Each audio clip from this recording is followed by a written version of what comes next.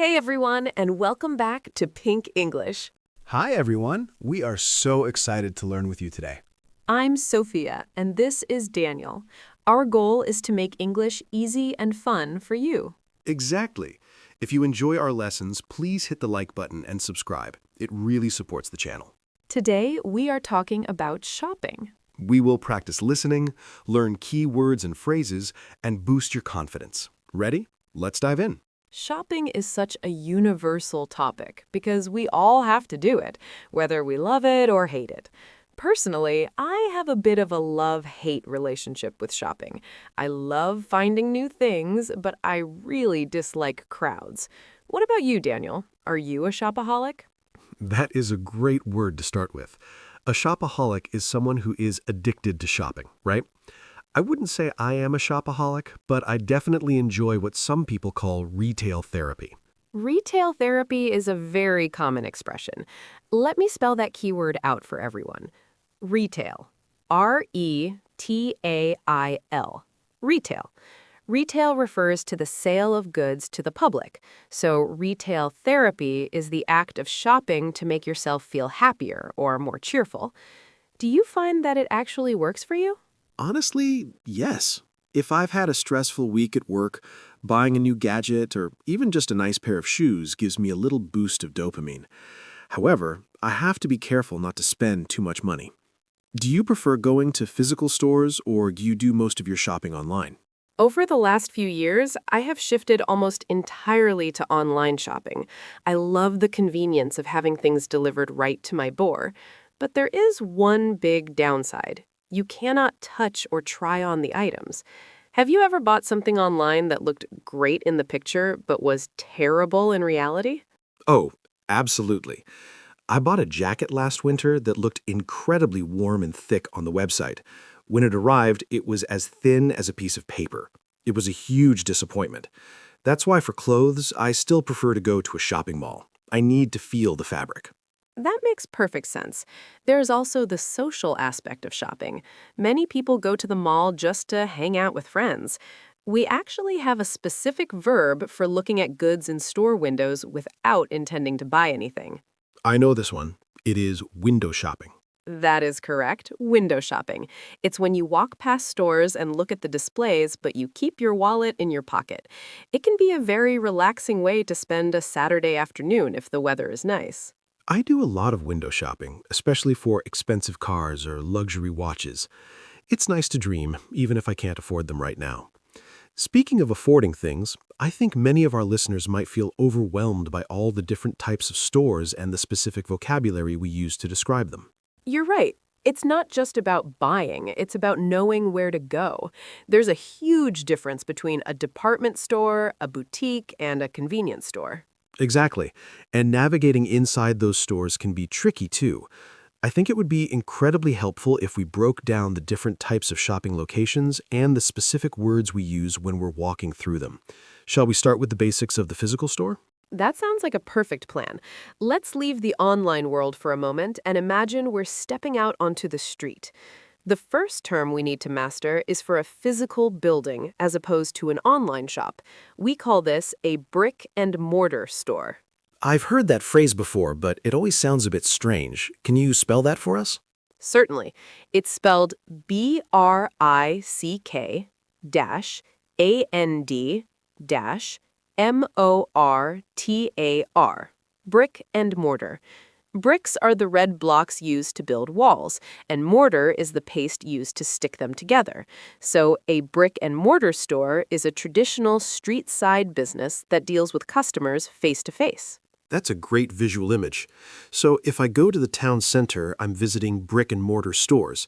Now, one of the biggest types of these is a department store. This is usually a massive building, right? Yes, huge. A department store is a large retail establishment that sells a wide variety of goods. But the key here is how they're organized. They're organized into separate areas, which we call departments. Let's spell department.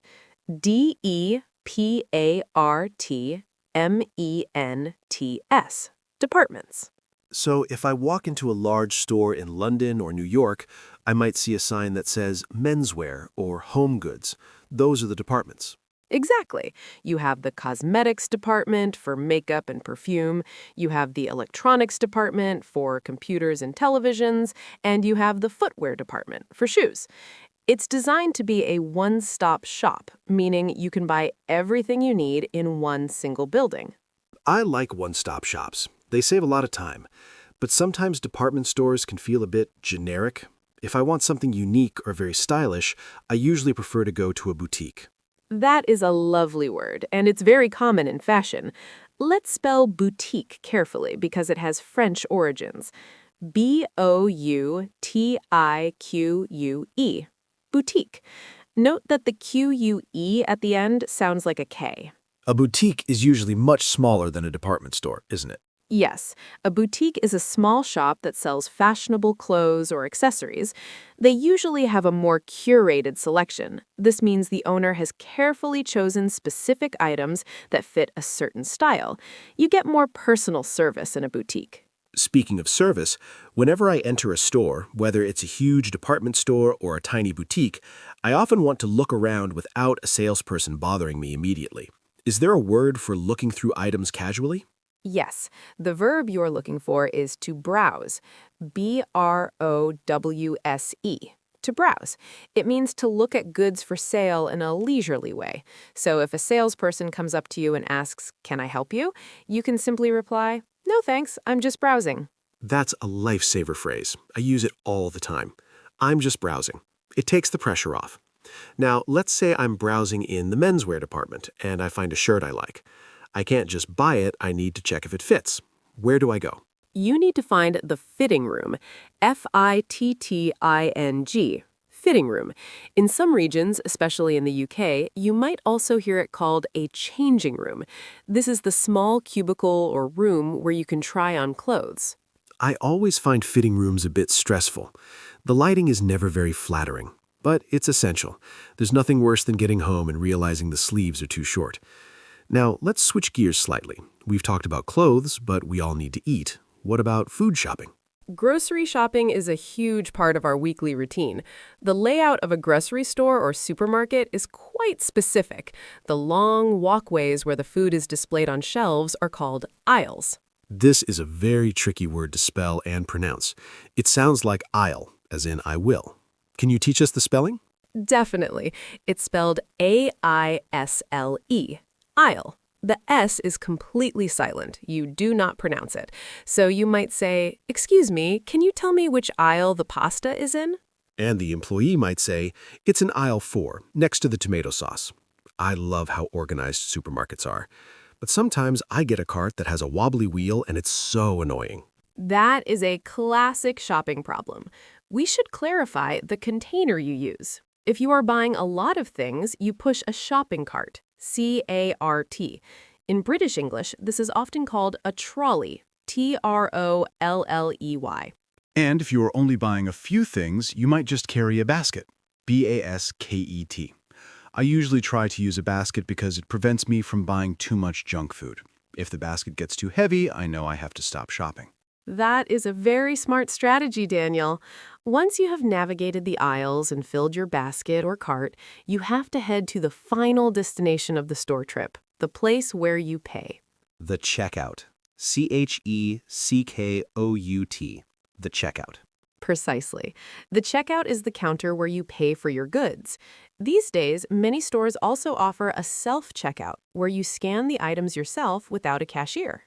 I have a love-hate relationship with self-checkouts. Sometimes the machine shouts at me, "Unexpected item in the bagging area," and I get so flustered. But generally they are faster.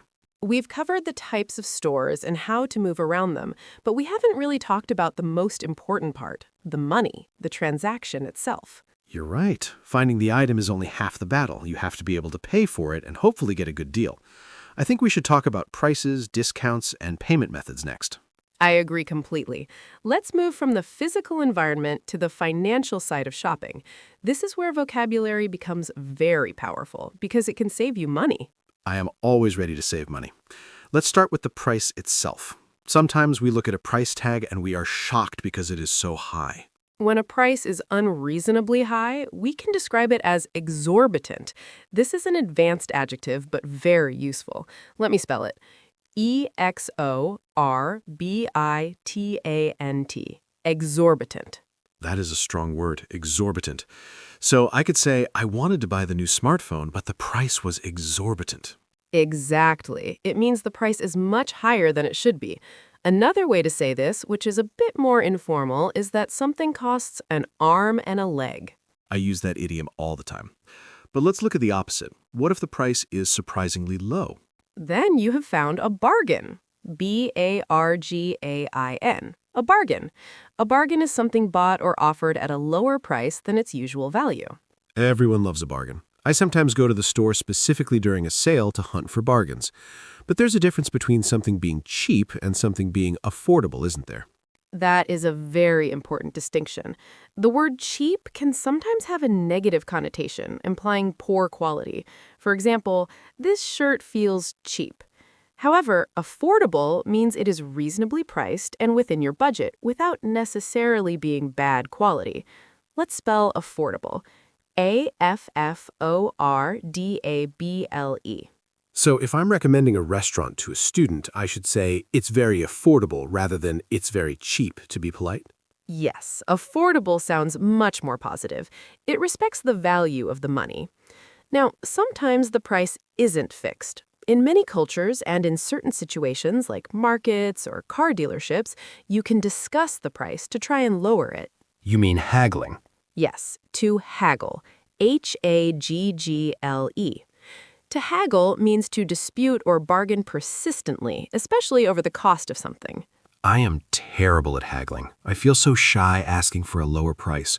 But I know in some places, like a bazaar or a flea market, it's expected. If you don't haggle, you're paying too much. It is definitely a cultural skill.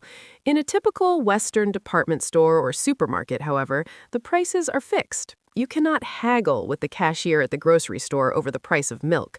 They would look at you very strangely. True. Once we agree on the price, we have to pay. The vocabulary for payments has changed a lot recently. We used to just say cash or credit. That is true. Now we have digital wallets and contactless payments. Let's look at the word contactless. Contactless. Contactless. This refers to paying by tapping your card or your phone against the reader, right? You don't have to insert the chip or swipe the strip. Exactly. You might hear a cashier say, "You can tap to pay," or "Do you have contactless?"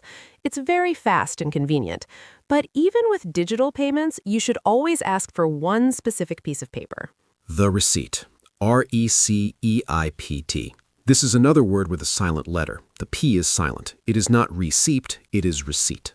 Correct. The receipt is the proof of purchase. It shows what you bought and how much you paid. Why is the receipt so important, Daniel? Because if you get home and realize the product is broken, or if you bought clothes that don't fit, you need the receipt to return the item. That brings us to the concept of a refund. REFUND. A refund is when the shop gives you your money back. Usually, a store has a return policy. This is a set of rules that says how many days you have to bring an item back. Some stores are very strict. They might say, no refunds, exchange only. That means they won't give you cash back, but they will let you swap the item for something else of the same value. Or they might give you store credit. This is money that you can only spend in that specific store. It's good to check the return policy before you make a big purchase. Absolutely. There's nothing worse than suffering from buyer's remorse and then realizing you cannot return the item. That is a fascinating phrase, buyer's remorse. Can you explain what that feels like? Oh, it's a terrible feeling. It's the sense of regret or anxiety you get after making a purchase, usually an expensive one. You start thinking, why did I buy this? I don't need this. I spent too much money. We've all been there. It often happens after an impulse buy. An impulse buy is when you buy something suddenly without planning to do so. Like when I'm standing at the checkout in the supermarket and I see a chocolate bar. I didn't plan to buy it, but suddenly it's in my basket. That's a classic impulse buy. Exactly. Retailers are very smart. They place those small, tempting items near the checkout on purpose to encourage impulse buying. They know exactly how my brain works. Okay, Sophia, we've covered the types of stores and how to navigate them and the financial side of paying and returning. But I think to really understand this, we need to see these words in action. I agree. The best way to solidify this vocabulary is to hear it used in realistic conversations. We've prepared some scenarios that will show you exactly how to use these phrases naturally.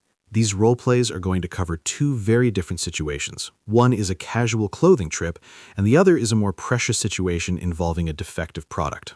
Listening to these role plays will help you understand the tone and the flow of a shopping conversation. Pay attention to how the speakers use the words we just defined, like browse, fitting room, receipt, and refund. Are you ready to step into the character of a shopper? Let's get started with our first scenario. I am definitely ready. In this first scene, let's keep things friendly and casual. I will play the role of a customer looking for a new pair of jeans, and you, Daniel, can be the helpful shop assistant. Sounds good. I will do my best to be helpful. So imagine we are in a trendy boutique downtown. You have just walked in the door. Action. Hi there. Excuse me, could you help me for a second? I was looking at these jeans in the window display, but I cannot seem to find my size on the shelf. Hello, welcome in. I can certainly help you with that. Those jeans are very popular right now. They've been flying off the shelves all week. What size are you looking for exactly? I usually wear a size 28, but it depends on the brand. Sometimes I need a 29 if the material is not very stretchy. Do you know if this brand runs true to size? That is a good question. This specific brand tends to run a little bit small. If I were you, I would try the size 29 to be safe. Let me just check our inventory system to see if we have them in stock. Thank you so much. While you're checking, do you have them in any other washes? I see the dark blue here, but I was hoping for something a bit lighter for the summer. You are in luck. We actually just got a shipment in this morning. I have the size 29 in the vintage light wash. It's in the stockroom in the back. Would you like me to grab a pair for you to try on? That would be amazing, thank you. Oh, and one more thing. I noticed a sign outside that said, buy one, get one 50% off. Does that apply to the new arrivals, or is it just for the clearance items? Good eye. The promotion applies to the entire store, including new arrivals. So if you find a top to go with the jeans, the top would be half price. That is dangerous information. I might end up spending more than I planned. Okay, if you could grab those jeans, I'll head over to the fitting rooms. Absolutely. I will bring them right to you. My name is Daniel, by the way. So if you need a different size or anything else, just give me a shout. Thanks, Daniel. 2 minutes later, how are they fitting? Well, honestly, they're a little bit snug around the waist. I can button them, but I don't think I could eat a big dinner in them. However, the length is perfect. That happens. Denim often stretches out a bit after you wear it for an hour or so. But if they feel uncomfortable, we should probably try the next size up. Do you want to try the 30? Actually, I think I'll stick with these. You're right, they usually stretch. And looking at the price tag, these are a total steal. I can't believe they're only $40. It's a great price for that quality of denim. And remember, if you change your mind, you have 30 days to return them, as long as you keep the tags on. Perfect. I'll take them. And I think I'll grab this white t-shirt as well to get the discount. Great choice. I can ring you up at the front counter whenever you're ready. And scene. That was fun. I think I got a pretty good outfit out of that imaginary trip. You definitely did. I really liked the flow of that conversation. It felt very natural. However, we used quite a few specific phrases that our listeners might need us to break down. I agree. Let's look at the first interesting phrase you used. You said the jeans were flying off the shelves. This is a wonderful idiom. It is very visual, isn't it? If something is flying off the shelves, it means it's selling very quickly. It's very popular. Exactly. It creates a sense of urgency. If you hear a shop assistant say this, you might feel like you need to buy the item immediately before it's gone. Another important technical term we used was in stock. This is crucial for checking availability. Let's spell stock. S-T-O-C-K. Stock. In stock means the store has the item available to sell. The opposite would be out of stock. If something is out of stock, you can't buy it right now. You might have to order it. I also use the phrase run true to size. This is something I hear all the time when I'm shopping for shoes or clothes online. Can you explain that? Certainly. When we say a brand runs true to size, it means their sizing is standard. If you're usually a medium and the shirt runs true to size, the medium will fit you perfectly. But in our role play, I said they run small. That means the size is smaller than average, so you needed a bigger size. I think that's a very helpful tip for learners to listen for. Absolutely. Then, inside the fitting room, I described the jeans as snug. Let's spell that. S-N-U-G. Snug. Snug can be a positive or a negative word depending on the context, right? If I'm in my bed under a warm blanket, being snug is good. That's correct. In bed, snug means cozy and comfortable.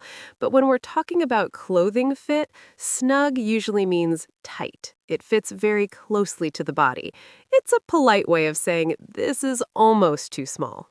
I like that you decided to buy them anyway because you said they were a steal. S-T-E-A-L, a steal. This is informal, right? Yes, very informal. To steal usually means to take something without permission, which is a crime. But when we use it as a noun in shopping, it's a steal. We mean the value is so good it feels like we're robbing the store. It's an amazing bargain. Finally, at the end, I said I would ring you up. This is a phrasal verb. R-I-N-G, ring, O-P, up.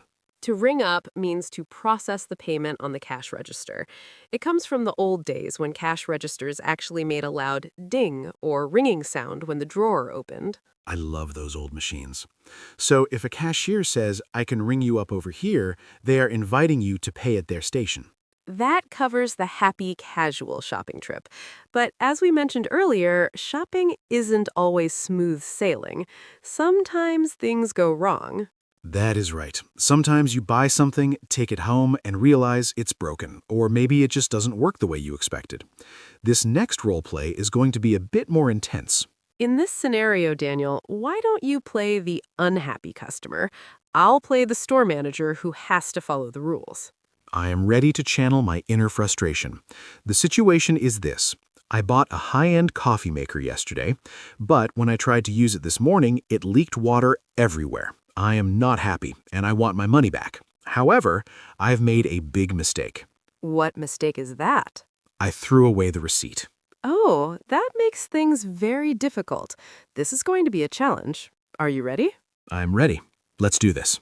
Good morning, sir. Welcome to Electronics World. How can I help you today? Hi, I need to speak to a manager, please. I have a serious problem with a product I bought here yesterday. I'm the store manager. I'm sorry to hear there's an issue. What seems to be the trouble? Well, I bought this Barista Pro coffee machine yesterday. It cost me over $200. I set it up this morning, followed all the instructions, and as soon as I turned it on, hot water started leaking from the bottom. It ruined my wooden countertop. I am very sorry to hear that, sir. That certainly sounds frustrating. It sounds like the unit might be defective. Did you bring the machine with you? Yes, it's right here in the box. I packed it back up. I want a full refund immediately. I don't want another one of these machines. I just want my cash back. I understand completely. If the item is faulty, we definitely want to resolve this for you. Do you have your receipt with you? That's the problem. I can't find it. I think I might have left it in the shopping bag and my wife threw the bag out last night. But look, you can see the sticker on the box. It clearly comes from this store, and I bought it literally yesterday. I see. I believe you, sir, but unfortunately, our store policy is very strict regarding cash refunds. Without a receipt, the system does not allow me to open the cash drawer to give you money back. We need the transaction number from the receipt to process a refund. Are you serious? I spent $200 here. You are telling me that because of a piece of paper, I am stuck with a broken machine? That is unacceptable. I understand your frustration, and I want to help. While I cannot give you cash, I can offer you an exchange. We can swap this broken unit for a brand new one right now. I told you I don't want this brand anymore. I don't trust it. What if the new one leaks too? That is a fair point. If you do not want the same model, what I can do is offer you store credit for the full amount. We can put $200 on a gift card, and you can use it to buy a different brand or anything else in the store. Store credit? So I cannot take my money elsewhere? I'm afraid not. Without the receipt, store credit or an exchange are the only options I can override in the system. Fine. I suppose I have no choice, but I'm not happy about this. I will take the store credit and I'm going to buy that German brand instead. It is more expensive, but hopefully it actually works. I can certainly help you find that model, and I will personally test it with you before you leave the store to ensure it is perfect. Okay, thank you. I appreciate you trying to help, even though I am still annoyed about the policy. And scene. Whew, you were quite intimidating there, Daniel. I felt a little bit of pressure. It's a stressful situation. When you spend a lot of money and the product fails, you feel cheated, but you handled it very professionally. Thank you. This scenario introduced some heavy vocabulary that is essential for resolving conflicts in a store. The first keyword you used was defective. Yes. Let's spell that slowly. Defective. Defective. A defect is a fault or a problem, so if something is defective, it means it is not working properly due to a manufacturing error. It's not that you broke it, it came broken. Right. And you also used the word faulty, which means the same thing. Faulty. Faulty. Using these words is much better than just saying, it's bad. It sounds more formal and specific. Exactly. Then we discussed store policy. Policy. Policy. A policy is a rule or a set of guidelines. Companies use policies to make sure they treat everyone the same way. When you said it's store policy, you were telling me that it wasn't your personal decision, but a rule you had to follow. Using the phrase store policy is a polite way for an employee to say no. It shifts the blame from the person to the company. Then we had the solution. You offered me an exchange. Exchange. Exchange. To exchange means to swap one thing for another. In shopping, it usually means trading the broken item for a working one of the exact same model.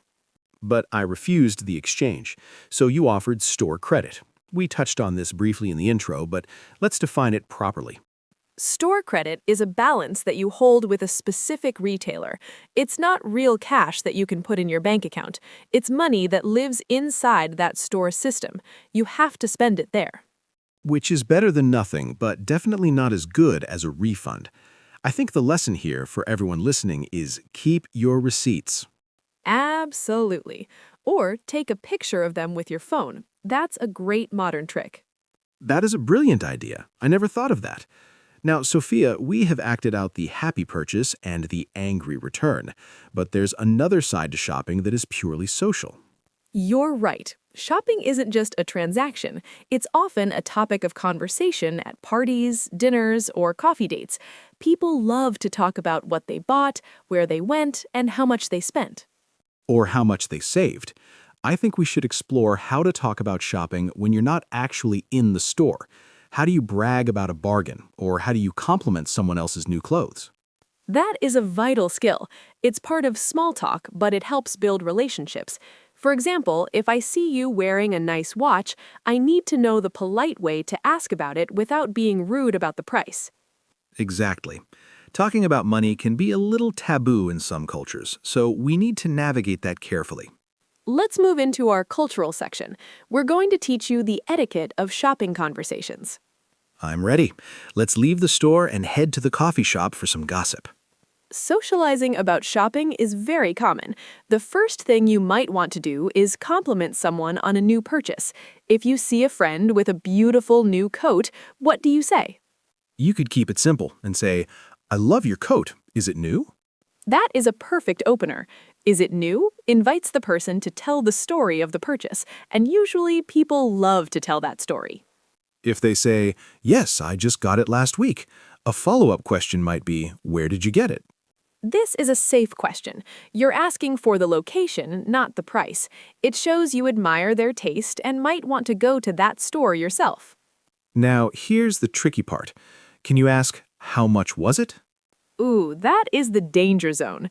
In many Western cultures, specifically in the UK and the US, asking a direct question like, "How much did you pay?" can be considered quite rude, especially if you don't know the person very well. I agree. It implies you're judging their spending habits. However, if they bought it on sale, they'll probably tell you the price without you asking. That is so true. If I find a bargain, I want the world to know. I might say, I love this coat, and you won't believe it. I got it for 50% off. In that case, the correct response is to celebrate with them. You should say, "Wow, that's a steal," or "What a great deal." But what if the person says, oh, it was a little expensive, but I treated myself? Then you should validate them. You can say, "Well, it looks worth every penny." Let's look at that phrase, worth every penny. That is a beautiful idiom. It means the item is very high quality and justifies the high cost. It makes the person feel good about spending the money. Another social aspect of shopping is making excuses. Sometimes friends want to go shopping, but you're trying to save money. How do you say no without sounding boring or poor? You can say, I'm on a tight budget right now. BUDGET, budget. A budget is a plan for how to spend your money. I'm on a tight budget. That sounds responsible. Or you could say, I'm trying to cut back on spending this month. Cut back is a phrasal verb meaning to reduce. I'm cutting back on coffee, or I'm cutting back on buying clothes. I need to cut back on buying video games, but it's so hard. We all have our weaknesses. Another common conversation topic is complaining about the experience. Maybe the mall was too crowded. You could say, the mall was a zoo today. It was a zoo. That's a funny metaphor. It means it was wild, chaotic, noisy, and full of people. Or if the lines were very long, you could say, I had to wait in line for ages. For ages is a great exaggeration. It just means for a very long time. So whether you're complimenting a friend's new shoes, bragging about a discount, or explaining why you can't go to the mall, these phrases will help you sound natural and polite. We have covered so much ground today, from the different types of stores to the checkout counter and even how to return a broken coffee machine. I feel like we've built the complete shopping survival kit. I agree, but before we wrap up, we need to do a final review. We want to make sure these words stick in your long-term memory. That means it's time for our vocabulary masterclass. We're going to pick the top 10 most important words from this entire lesson and review them quickly. Are you ready to test your memory? Let's head to the final section. Hold on just a second, Sophia. Before we jump into the final review, I think we need to pause and talk about something very important. We've discussed the words and we've discussed the social conversations, but we haven't really talked about the behavior inside the store. You are absolutely right, Daniel. Knowing the vocabulary is one thing, but knowing the etiquette is just as important. If you don't follow the unwritten rules of shopping in an English-speaking country, you might accidentally be rude. Exactly. And the golden rule of shopping in places like the UK, the US, and Canada is the concept of the queue. Oh, this is massive. Let's spell that word because it is very tricky. Queue. Queue. A queue is a line of people waiting for something. In American English, we usually just call it a line, but in British English, it is always a queue. And the rule is simple. You must wait your turn. It sounds obvious, but in some cultures, it is acceptable to push to the front if you only have one item. In the UK, if you do that, people will be very upset. We call that cutting in line or jumping the queue. Never jump the queue. It is a major social crime. Even if you are in a rush, you have to wait behind the last person. However, sometimes, if you're lucky, the person in front of you might let you go ahead. That is a nice gesture. If I have a full trolley of groceries for a family of 4 and the man behind me is holding just a loaf of bread and a newspaper, I might say, you can go ahead of me. And the correct response to that is a very enthusiastic thank you. Speaking of interactions, what about chatting with the cashier? This varies a lot. In the United States, it is very common for the cashier to make small talk with you while they're scanning your items. They might ask, "How is your day going?" Or, "Do you have any big plans for the weekend?" To some international students, this feels very strange or intrusive. They might think, why does this stranger want to know my plans? But it's just a cultural style of friendliness. Exactly. They're not being nosy, they're just being polite. The best way to handle it is to give a short, friendly answer. You can say, I'm doing well, thanks. Just relaxing this weekend. How about you? It's a ritual. You ask them back, they say something short, and then the transaction ends. It makes the experience feel more human.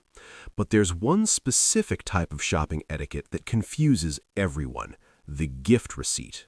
Oh, this is a lifesaver. Let's explain what this is. A gift receipt is a special receipt that does not show the price of the items. So let's say I buy you a birthday present, Sophia. I buy you a sweater. But I'm not sure if it's the right size or if you will like the color. I don't want you to know that I spent $50 on it because that's polite. So I ask the cashier for a gift receipt. When I open the present, I find the sweater and the gift receipt in the box. If I hate the sweater, sorry, Daniel, I can take it back to the store. The cashier scans the gift receipt, and I can exchange the sweater for something else. And the best part is, you never see the price, and I never have to know that you returned my gift. It protects everyone's feelings. It is very thoughtful. So if you're buying a gift for an American or British friend, always ask the cashier, "Can I include a gift receipt?" It shows you're considerate. One final piece of cultural advice before we recap. In many Western stores, the customer service philosophy is based on the phrase, "the customer is always right." This means that even if the customer is being difficult or complaining, the staff will usually try to be polite and solve the problem, rather than arguing. However, please don't abuse this. Just because the staff has to be nice to you doesn't mean you should be rude to them. Being a polite shopper will always get you better service than being an angry one. Wise words, Daniel. A smile goes a long way. Okay, I think we have truly covered everything now. We have the vocabulary, the phrases, the role plays, and the culture. That means it's time for the Vocabulary Masterclass. We've selected the top 10 words most useful from today's lesson. We're going to review them one last time to make sure they're locked in your memory. I will say the word, spell it, and give a quick definition. Then Daniel will give you an example sentence. Are you ready? I am ready. Let's start with number 1. Number 1 is brick and mortar. BRICK-AND-MORTAR.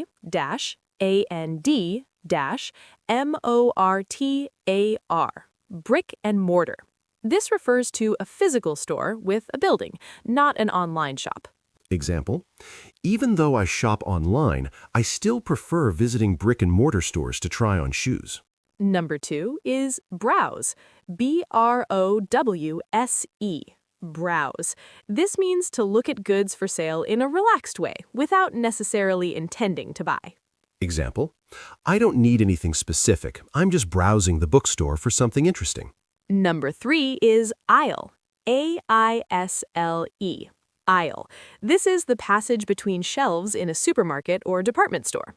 Remember, the S is silent. Example: excuse me, could you tell me which aisle the coffee is in? Number 4 is fitting room. FITTING. Fitting room. This is the small room where you try on clothes to see if they fit. Example: the line for the fitting room was so long that I decided not to try on the dress. Number 5 is bargain. BARGAIN. Bargain. This is something bought at a lower price than its true value. It's a good deal. Example: this laptop was a total bargain. I got it for half the original price during the sale. Number 6 is receipt. RECEIPT. Receipt. This is the piece of paper that proves you purchased something. Remember the silent P. Example: please keep your receipt in case you need to return the item later. Number 7 is refund. REFUND. Refund.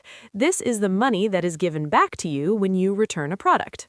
Example: the camera was broken, so the store manager gave me a full refund immediately. Number 8 is defective. DEFECTIVE. Defective. This describes a product that is imperfect or faulty because of a manufacturing error. Example: I need to return this toaster because it is defective. It won't turn on. Number 9 is in stock. STOCK. In stock. This means the store has the item available for you to buy right now. Example: I called the store to check if the new video game was in stock before I drove there. And finally, number 10 is budget. B-U-D-G-E-T, budget. This is an estimate of income and expenditure for a set period of time. It's your spending plan. Example, I really want those shoes, but they're not in my budget for this month. Great work. If you know these 10 words, you can handle almost any shopping situation in English. Absolutely. From browsing to buying and even returning defective items, you are now prepared. Now, before we go, we have our question of the day. We love hearing from you in the comments section.